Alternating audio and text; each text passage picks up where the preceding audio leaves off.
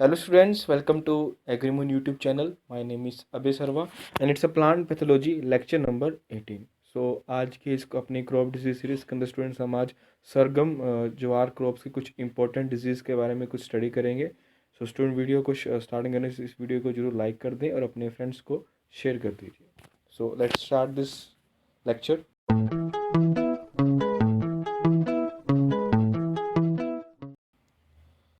आज हम जितने भी सरगम की जो इम्पोर्टेंट डिजीज़ है क्योंकि जो सरगम है as a fodder point of view हमारे लिए बहुत ही इंपॉर्टेंट क्रॉप है और काफ़ी डिजीज़ेस इसके ऊपर लगती हैं. सरगम और बाजरा की जो क्रॉप डिजीज़ेस है कहीं ना कहीं सेम है क्योंकि दोनों ही C4 प्लांट्स है और इवन जो शुगर केन की डिजीज़ लगती हैं क्योंकि जब शुगर केन की जब प्लांटेशन पीरियड आता है इनके बीच में तभी काफ़ी डिजीज़ शुगर केन की, सरगम की और बाजरा की इनकी डिजीज़ एक प्लांट से दूसरे प्लांट से बड़ी इजीली स्प्रेड हो जाती है क्योंकि ये तीनों ही प्लांट C4 प्लांट्स की कैटेगरी में आ जाते हैं. सबसे पहले हम जिस डिजीज़ के बारे में डिस्कस करेंगे डेट इज़ एंथ्रानॉक्स. इसका जो causal organism that is Colletotrichum graminicola. इसके जो सिम्टम्स देखने को हमें मिलते हैं that is small red colour spots on the leaves के ऊपर रेड कलर के स्पॉट्स पड़ जाते हैं जो कि whitish centre encircle by red और पर्पल और द ब्राउन मार्जिन. यानी कि सेंटर में से वाइट होते हैं बल्कि जो कि सेंटर में से वाइट मार्जिन होने के साथ साथ रेड और पर्पल ब्राउन इनकी क्या होती है, मार्जिन होती है. और काफ़ी एक न्यूमरस ब्लैक डॉट्स आपको दिखाई देंगे इनकी वाइट सरफेस के ऊपर. यानी कि जब अगर आप देखोगे तो इनकी वाइट वाइट कलर आपको ब्लैक ब्लैक कलर की इस तरह की डॉट्स दिखाई देंगी इस तरीके से. हाँ जी, इस तरीके से आपको छोटी छोटी डॉट्स दिखाई देंगी.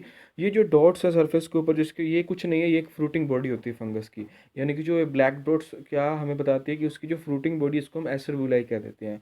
और ये कहीं ना कहीं स्प्रेड होने में डिसीज़ को स्प्रेड करने में एक बहुत बड़ा रोल प्ले करती है क्योंकि जब हमारे प्लांट्स के ऊपर हमें ब्लैक डॉट्स दिखाई देनी पड़ती है इसका मतलब ये है कि हमारा जो पैथोजन है वो अपनी फ्रूटिंग स्टेज में आ चुका है, अपनी रिप्रोडक्टिव स्टेज में आ चुका है. और जब ये जो लिसाइंस होते हैं काफ़ी रेड रेड कलर जो लिसाइंस जब कोलैप्स होकर पूरे के पूरे लीव सरफेस को ही ख़त्म कर देते हैं, किल कर देते हैं क्योंकि जब ये स्पोर्ट्स एक साथ मिलते हैं जो लीव सरफेस का जितना भी वो क्लोरोफिल कंटेंट है उसका जितना भी लीव सरफेस का आउटर सरफेस को टोटली डैमेज कर देते हैं. तो उसकी वजह से काफ़ी एक मार्जिन जितना भी लीव का पोर्शन है वो टोटली हो जाता है, डैमेज हो जाता है, किल हो जाता है. अगर हम बात करें मिड रिब रीजन के अंदर हमें क्या देखने को मिलता है, इन लॉन्ग एलिप्टिकल रेड और purple regions with black acervuli other forms. Mid ribs के अंदर क्या होता है कि जो हमारी जो मिड मिड रिब्स होती है जो लीव्स की वहाँ पर हमें इलोंगेटेड एलिप्टिकल इस तरीके से एलिप्टिकल आपको स्पॉट्स देखने को मिलेंगे इस तरीके से. हाँ जी. यहाँ पर आपको ये अलग अलग डिजीज़ के सिम्टम्स यहाँ पर दिखाए गए हैं. ये जो सिम्टम्स है ये तो है मार्जिन के ऊपर जो आप यहाँ पर देख रहे हो, ये मार्जिन के ऊपर है. जो लीफ की मार्जिन पर देखो किस तरीके से अगर आप देखोगे कि जो सभी स्पोर्ट्स हैं वो एक तरफ से कोलैप्स हो चुके हैं और पूरे के पूरे इस लीफ सरफेस को डैमेज कर चुके हैं. अगर हम बात करें मिड रिब की, जैसे इसमें थोड़ा थोड़ा मिड रिब के ऊपर जो ये सिम्टम्स दिखाई दे रहे हैं, जो यहाँ पर जो मिड रिब्स के ऊपर क्या होता है कि सेम एसेबुलाई कलर की आपकी बॉडी यहाँ पर दिखाई देगी लेकिन ये मिड रिब्स को डैमेज ज़्यादा करेगी. मिड रिब को चाहे डैमेज करे चाहे लीफ मार्जिन को, टोटली हमारा जो फॉडर कंटेंट है वो बहुत ज़्यादा डाउन हो जाता है क्योंकि इस डिजीज से क्या होता है कि जो सरगम का जो न्यूट्रिशन क्वालिटी होती है वो धीरे धीरे डिक्रीज हो जाती है. और इवन अगर हमारे प्लांट्स पर इस ये वाली लीव्स के ऊपर अगर इस तरह के रेड स्पॉट्स बहुत ज़्यादा हो जाते हैं तो जो हमारे जो एनिमल्स हैं वो इनके जो लीव्स को खाते नहीं एज अ फॉडर के तौर पर. अगर हम बात करें the development of the circular canker spot on the stock on the inflorescence, canker like spots भी बन जाते हैं इन्फ्लोरेसेंस पे भी. यहाँ पर आप देख सकते हो इन्फ्लोरेसेंस पे कैंकर लाइक स्पॉट्स बन रहे हैं और इवन लीफ सरफेस पे भी इसके बन जाते हैं. And infected stem which slipped upon the short discoloration may discontinue over a large area or more generally discontinuous, giving the stem a marble appearance. यानी कि जब ये हमारा प्लांट इस डिजीज से इन्फेक्टेड होता है तो हम उसको अगर हम उसके स्टेम को बीच में स्लिप करके देखेंगे तो आपको रेड कलर की डिस्कलरेशन देखने को मिलेगी. सेम डिस्कलरेशन जो कि हमें रेड रॉट के अंदर देखने को मिलती है जब हमारी रेड रॉट शुगर केन की डिजीज के अंदर, क्योंकि रेड रॉट जो शुगर केन है उसका भी जो कोजल ऑर्गेनिज्म वो भी कोलियोट्राइकम है. जो रेड रोट शुगर केन की है और एंथ्रेक्नोज sorghum, ये कहीं ना कहीं जो इनके जो सिम्टम्स हैं साथ साथ बहुत ज़्यादा इनके जो सिम्टम्स के काफ़ी मिलते जुलते हैं. और जिसकी वजह से रेड डिस्कलरेशन इसके अंदर भी देखने को मिलती है. और जब हमारे शुगर केन के अंदर भी जब रेड रॉट डिजीज़ का इम्पैक्ट होता है तो भी हमें ये सेम तरह की डिजीज़ देखने को मिलती हैं. इससे क्या होता है कि मार्बल लाइक अपीयरेंस आनी शो ज़्यादा देखने को मिलता है.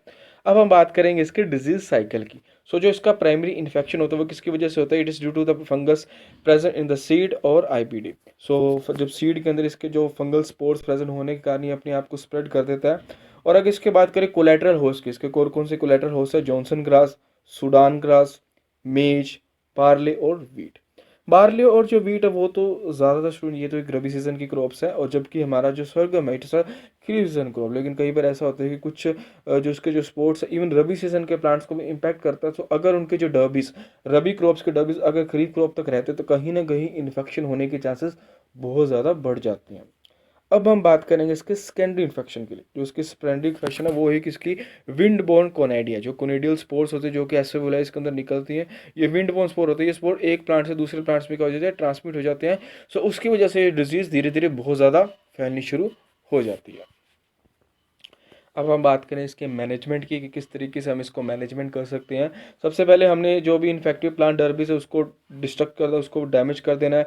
हमें क्रॉप रोटेशन को फॉलो करना है, ताकि क्योंकि हमें पता लग गया कि अगर हमारे फील्ड के अंदर पिछले 4-5 सालों से लगातार यही एक ही डिजीज़ सर्कल चल रहा है, एक ही डिजीज़ आ रही कोलेट्रल हमारी, तो अब हम क्या करेंगे? नॉन होस्ट प्लांट्स को ग्रोन करेंगे। जैसे हम लेग्यूमिनस क्रॉप्स को ट्राई करेंगे, ऐसी क्रॉप्स को ट्राई करेंगे जिन पे ये क्रॉप्स के इतना ज़्यादा डैमेज, डिजीज़ के इतना ज़्यादा डैमेज नहीं होता, इस पैथोजन के इतना ज़्यादा अटैक देखने को नहीं मिलता।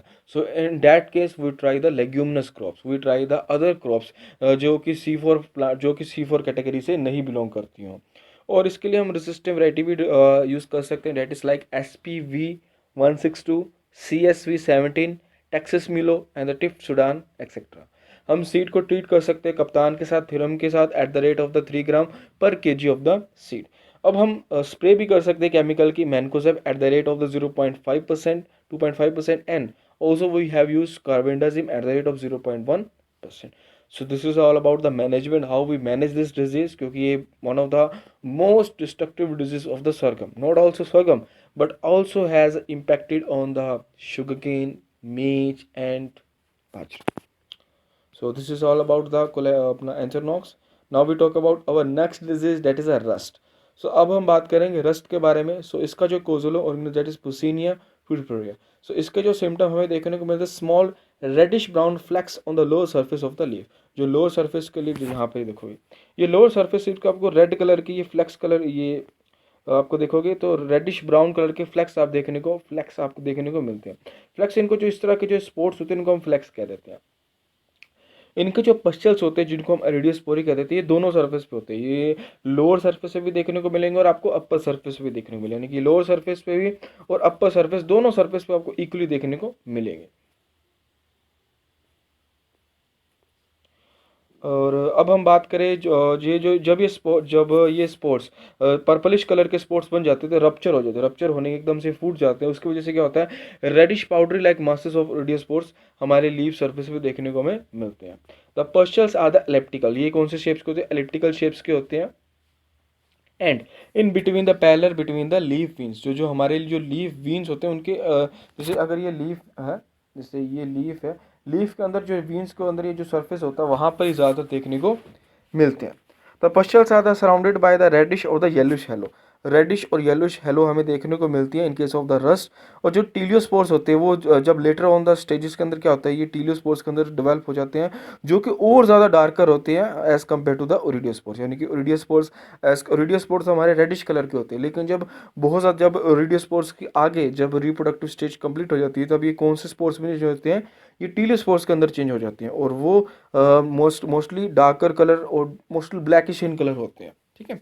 सो अब हम बात करें इनकी डिजीज साइकिल के बारे में। जो इनकी जो प्राइमरी इन्फेक्शन है, it is a long cycle rust, ये कि काफ़ी लॉन्ग साइकिल तक चलने वाली रस्ट है। और इसके जो ऑल्टरनेटिव होस्ट है दैट इज ऑक्सैलिस कोरेनिकोलेटा। इसके एशियल्स और पेसिनियल जो स्टेजेस हैं वो यहाँ पर हमें देखने को मिलती है।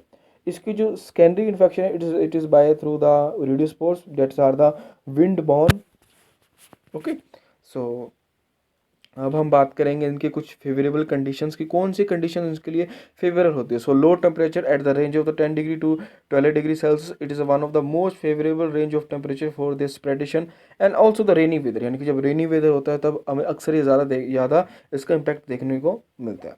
अब हम बात करेंगे मैनेजमेंट की, किस तरीके से हम मैनेजमेंट कर सकते हैं। हम रेजिस्टिव वैरायटी यूज़ कर सकते हैं, it is like CSH5, SPV13 it S PV81, 126, PSH1, CSV70। हमें जितने भी इसके अल्टरनेटिव होस्ट हैं उनको डैमेज कर देना, उनको डिस्ट्रॉय कर देना है। हम मैनकोजेब की स्प्रे कर सकते हैं at the rate of 0.25% and dusting of the sulphur at the rate of the 25 kg per hectare। So this is the management practices for the rest of a sorghum। अब हम बात करेंगे हमारे third important disease that is ergot, and it is one of the most important disease also from the historical point of view, क्योंकि इसकी वजह से एक टाइम में एपिडेमिक आया था यूरोप के अंदर। So it is cause to the Sphacelia sorghum। The disease is infected the individual spikelets. So जो हमारे sorghum के इंडिविजुअल स्पाइकलेट्स होते हैं उनको इंडिविजुअली इम्पैक्ट करते हैं, पूरी स्पाइकलेट्स को कभी डैमेज नहीं करता, बल्कि इंडिविजुअल एक स्पाइकलेट्स को ही डैमेज करता है। The first symptom is the secretion of the honey due from the infected florets. जब हमारा प्लांट्स रिप्रोडक्टिव स्टेज में होता है, यानी जब हमारा प्लांट फ्लावरिंग स्टेज के अंदर होता है, तब आप देखोगे कि आपको हनी ड्यू लाइक सिक्रेशन देखने को मिलेगी।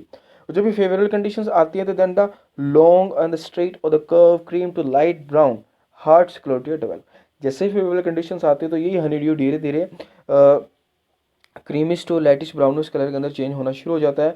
और ये हनी ड्यू धीरे धीरे कोलाइज होता है किसके सेरिबेला सोर्गी वेलिस की, जिसके वजह से क्या होता है कि ब्लैकन अपीयरेंस हमें देखने को मिलता है। जैसे अगर आप देखोगे यहाँ पर देखो, ये इंडिविजुअल स्पाइकलेट्स को डैमेज कर चुका है और धीरे धीरे ये पूरे के पूरे स्पाइकलेट्स को धीरे धीरे क्या कर देता है, डैमेज कर देता है। अब हम बात करेंगे इसके सर्वाइवल और स्प्रेड, किस तरीके से अपने आप को सर्वाइव करता है और किस तरीके से अपने आप को स्प्रेड करता है। The primary source of the infection is through the germination of the sclerotia which release ascospore that infect the ovary। So इसका जो प्राइमरी इन्फेक्शन होता है वो किसकी वजह से होता है, इसका जो स्क्लेरोटी होता है, जो स्क्लेरोटी जब जर्मिनेट करते हैं तो उसके वो जर्मिनेशन से ये क्या रिलीज करते हैं, एस्कोस्पोर रिलीज करते हैं, जो कि एक इंडिविजुअल ओवरी यानी कि जो कि हमारा फीमेल रिप्रोडक्टिव पार्ट है सरगम का, उसको इंडिविजुअली इम्पैक्ट करता है। सो this is the primary source of the infection. अगर हम इसकी सेकेंडरी सोर्स ऑफ इन्फेक्शन की बात करें, it is taken place through the with help of the air और द इंसेक्ट बोर्न कोनिडिया, यानी कि जो हमारे इंसेक्ट बोर्न जो हमारे वेक्टर्स हैं वो कहीं ना कहीं इसको स्प्रेड करने में एक बहुत बड़ा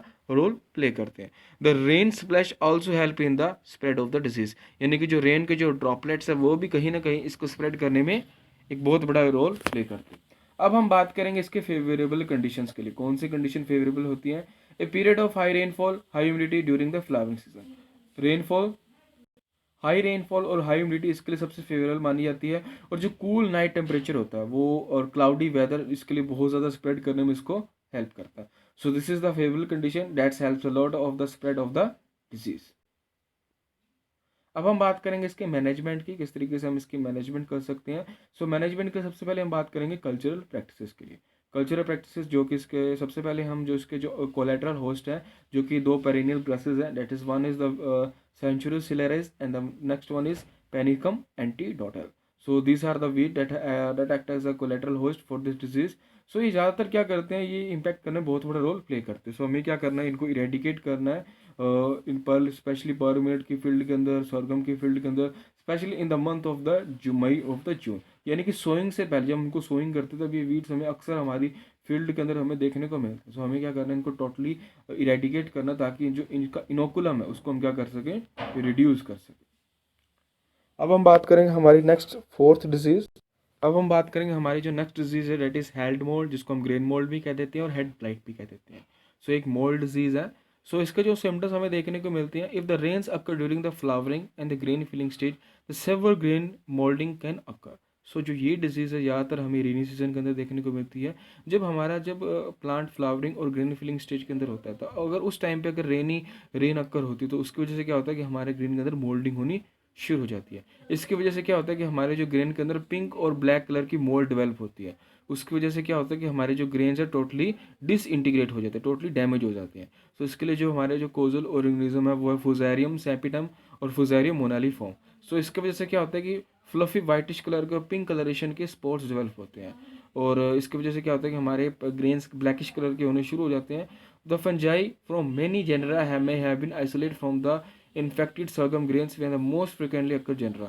सो बहुत इसके जनरा इसके लिए रिस्पॉन्सिबल है। सो जो कॉमन जनरा इसके लिए इस पैथोजन इसको डिजीज को करने के लिए रिस्पॉन्सिबल है, जो पैथोजन रिस्पॉन्सिबल है, this are the Fusarium, Curvularia, Alternaria, Aspergillus, Rhizopus, Helminthosporium, Chaetomium and फोमा।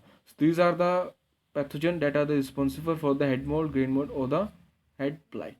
जो मोल्डी ग्रेन होते हैं वो ज़्यादा एक टॉक्सिक माइकोटॉक्सिन की तरह बिहेव करती है, क्योंकि ग्रेन्स के अंदर एक टॉक्सिक सब्सटेंस रिलीज होना शुरू हो जाता है इनकी वजह से, जो कि that is mainly unfit for the human consumption. So जो ह्यूमन कंजप्शन के लिए और कैटल फीड के टोटली अनफिट है, क्योंकि इनकी वजह से क्या होता है, माइकोटॉक्सिन रिलीज होता है। यही टॉक्सिन कहीं ना कहीं कैंसिरोजेनिक्स होते हैं। सो अगर हमारे सीड्स के ऊपर अगर कहीं ना कहीं मोल्ड डेवलप है तो हमें वो इन सीड्स को कभी भी रिकमेंड नहीं करना चाहिए फॉर द फूड पर्पस। अब हम बात करेंगे इसके डिजीज साइकिल के बारे में। जो ये फंजाई है ये मेनली एयरबोर्न कोनाइडिया की वजह से स्प्रेड होती है। तो fungi survive as a parasite as well as sporophytes in the infected plant debris. तो यह जो फंजाई अपने आप को एज अ पैरासाइट्स के तौर पर, एज ए स्पोरोफाइट के तौर पर इन्फेक्टेड डर्बिस के अंदर अपने आप को सर्वाइव कर देता है। अब हम बात करें इसके जो फेवरेबल कंडीशंस के लिए। तो इसके लिए सबसे बढ़िया फेवरेबल कंडीशन क्या है, the wet weather following with the flowering favour the green mould develop and the longer wet period greater is the mould. So जितना ज़्यादा हमारा वेट वेदर रहेगा फ्लावरिंग स्टेज के अंदर, ग्रीन फ्लिक स्टेज के अंदर, उतने ज़्यादा ये ग्रेन मोल्डिंग ज़्यादा डेवलप होगी। इसकी वजह से क्या होता है कि जो हमारे जो ईयर हेड्स है वो बहुत ज़्यादा क्या हो जाते हैं, ससेप्टेबल हो जाते हैं। सो यहाँ पर आप देख सकते हो ये मोल्ड डेवलप हो चुकी है। यहाँ पे देख सकते ये जो ग्रेन से टोटली अनफिट है, ये इनको हम कभी भी कंजप्शन नहीं कर सकते। वैसे भी अगर आप देखोगे तो इनको पर मोल्ड होने की वजह से जो ये सीड्स होते हैं टोटली रोटिंग हो जाती है। सो ये वैसे भी सीड्स इनके अंदर एक अच्छी एक स्मेल आनी शुरू हो जाती है, रोटन स्मेल आनी शुरू हो जाती है। वैसे भी ये कंजप्शन के लिए वैसे भी अनफिट हो जाते हैं। अब हम बात करेंगे इनकी मैनेजमेंट के लिए। सो हमें सबसे पहले मैनेजमेंट के हमें सोइंग टाइम को एडजस्ट करना चाहिए। जैसे हमें पता है कि रेनी सीजन आने से पहले पहले हमें हमें हमारे sorghum को इस तरीके से सोन करना कि हमारे जो ग्रेनिंग जो स्टेज है वो रेनी सीजन से पहले हो जाए, ताकि ये ग्रेन मोल्डिंग डेवलप ही ना हो।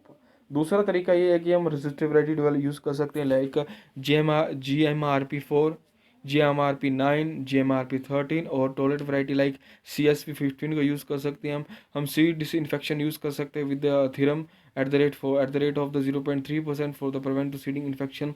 हम मैनकोजेब की स्प्रे कर सकते हैं अलॉन्ग विद कप्तान और captan 2 gram plus Iriofungin at the rate of the 200 ppm per liter in case of the intermittent rainfall during the year head emergence stage के अंदर हम इसको यूज़ कर सकते हैं। अगर हम इसके दोबार से वीकली इंटरवल के अंदर इसको हम क्या कर सकते हैं, स्प्रे कर सकते हैं for the control of the hair mould in case of the sorghum. अब हम बात करेंगे हमारी जो नेक्स्ट इंपॉर्टेंट डिजीज है, डेट इज सर्गम चार्कोल। तो charcoal rot is the one of the major disease in the dry sorghum growing season. तो जो हमारी जो चार्कोल डिजीज है ये ड्राई कंडीशन में ज़्यादा फैलती है, जबकि हमारी जो मोल्ड डिजीज थी वो वेट वेदर कंडीशन में ज़्यादा फैलती है। ठीक है, so disease is particular destructive and the growing in the high yielding variety.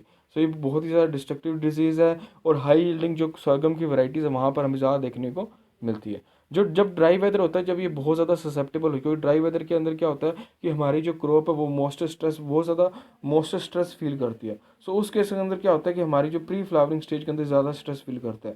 सो उसकी वजह से क्या होता है कि जो हमारी जो इन्फेक्टिव स्टॉक है उसके अंदर इंटरनल श्रेडिंग होनी शुरू हो जाती है ग्राउंड लेवल के अंदर, और इस श्रेडिंग को आप देख सकते हो। उसकी वजह से क्या होता है कि हमारा जो स्टॉक है वो स्लिप्ट करना शुरू हो जाता है, उसको स्टॉक के अंदर इस तरीके से स्लिप्टिंग होनी शुरू हो जाती है और मोल्टिंग होनी शुरू हो जाती है धीरे धीरे। और जो हमारे जो लीव्स हैं उनके अंदर जो वस्कुलर स्ट्रैंड्स है वो टोटली क्या हो जाते हैं, डैमेज होना शुरू हो जाते हैं। अब हम बात करें इसका स्प्रेड और सर्वाइवल के लिए। जो इसके जो माइक्रोस्क्लेरोटी है वो काफ़ी ईयर्स तक अपने आप को सर्वाइव कर सकते हैं, but only a few in wet and survive condition. So dry condition के अंदर अपने आप को काफ़ी सालों तक अपने आप को सर्वाइव कर सकते हैं, लेकिन वेट कंडीशंस के अंदर ये बहुत ईजिली क्या हो जाते हैं, डैमेज होना शुरू हो जाते हैं।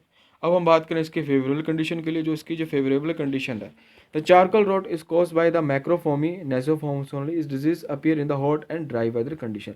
सो ड्राई और वेदर कंडीशन में ज़्यादा होती हैं, और जब हमारा सोयल का temperature at the 80 to 95 Fahrenheit या फिर 27 to 35 डिग्री सेल्सियस पे होता है 2 से 3 वीक तक, ये बहुत ज़्यादा स्प्रेड होती है। ठीक है जी। सो यहाँ पर आप देख सकते हो कि जैसे रॉटिंग होनी हो चुकी है, टोटली डैमेज हो उसका जो इनका जो वस्कुलर सिस्टम है वो भी टोटली इंटरनली डैमेज कर चुका है इस प्लांट को। सो अब हम बात करेंगे हमारी जो नेक्स्ट इंपॉर्टेंट डिजीज है, that is loose smut. So it is an seed borne disease.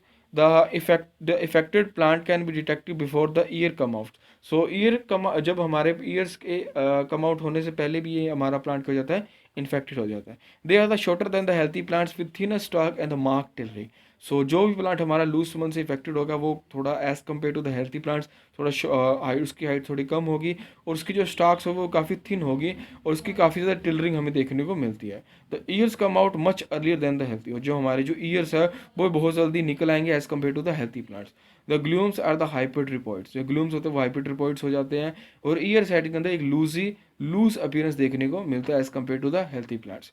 The sores is covered with the thin membrane, और जो उनके जो सोर्स होते हैं वो टोटली थिन मेम्ब्रेन से कवर हो गए जो कि बहुत ईजिली रप्चर हो जाते हैं और इसकी वजह से क्या होता है कि हमारे जो स्पोर्स है बहुत ज़्यादा हेल्ड इमर्ज हो जाता है शीट के आने से पहले।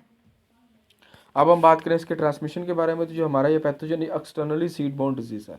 इसके लिए अगर हम बात करें फेवरेबल कंडीशन की, जो ऑप्टिमम जो एनवायरमेंटल कंडीशन है वो इसके लिए वो टेम्परेचर जो 25 टू 20 जो 20-25 रेंज का जो टेम्परेचर इसके लिए सबसे मोस्ट इफेक्टिव माना जाता है। और स्लाइटली एसिडिक सॉइल कंडीशन इसके लिए सबसे फेवरेबल होती है इसके डेवलपमेंट के लिए।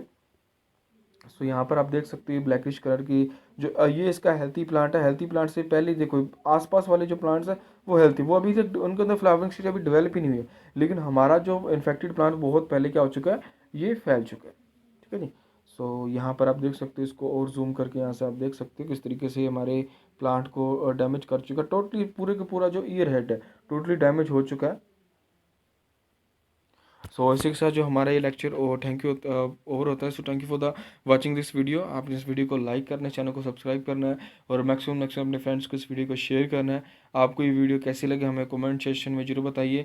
और आपने इस वीडियो को टेलीग्राम अब हमारे सोशल मीडिया के अकाउंट फेसबुक, इंस्टाग्राम, टेलीग्राम और यूट्यूब के साथ हमें जुड़ सकते हैं। अगर आपकी कोई भी इंक्वायरी हो तो आप हमें व्हाट्सअप कर सकते हैं। हमारा व्हाट्सअप नंबर है 7900900676। आप हमारी साइट www.agrimont.com पे जाकर हमारी जितने भी PDF कोर्सेज हैं उनको फ्री ऑफ कॉस्ट हमें उनका यूज़ कर सकते हैं। So thanks for watching this video. मिलते हैं नेक्स्ट वीडियो के साथ।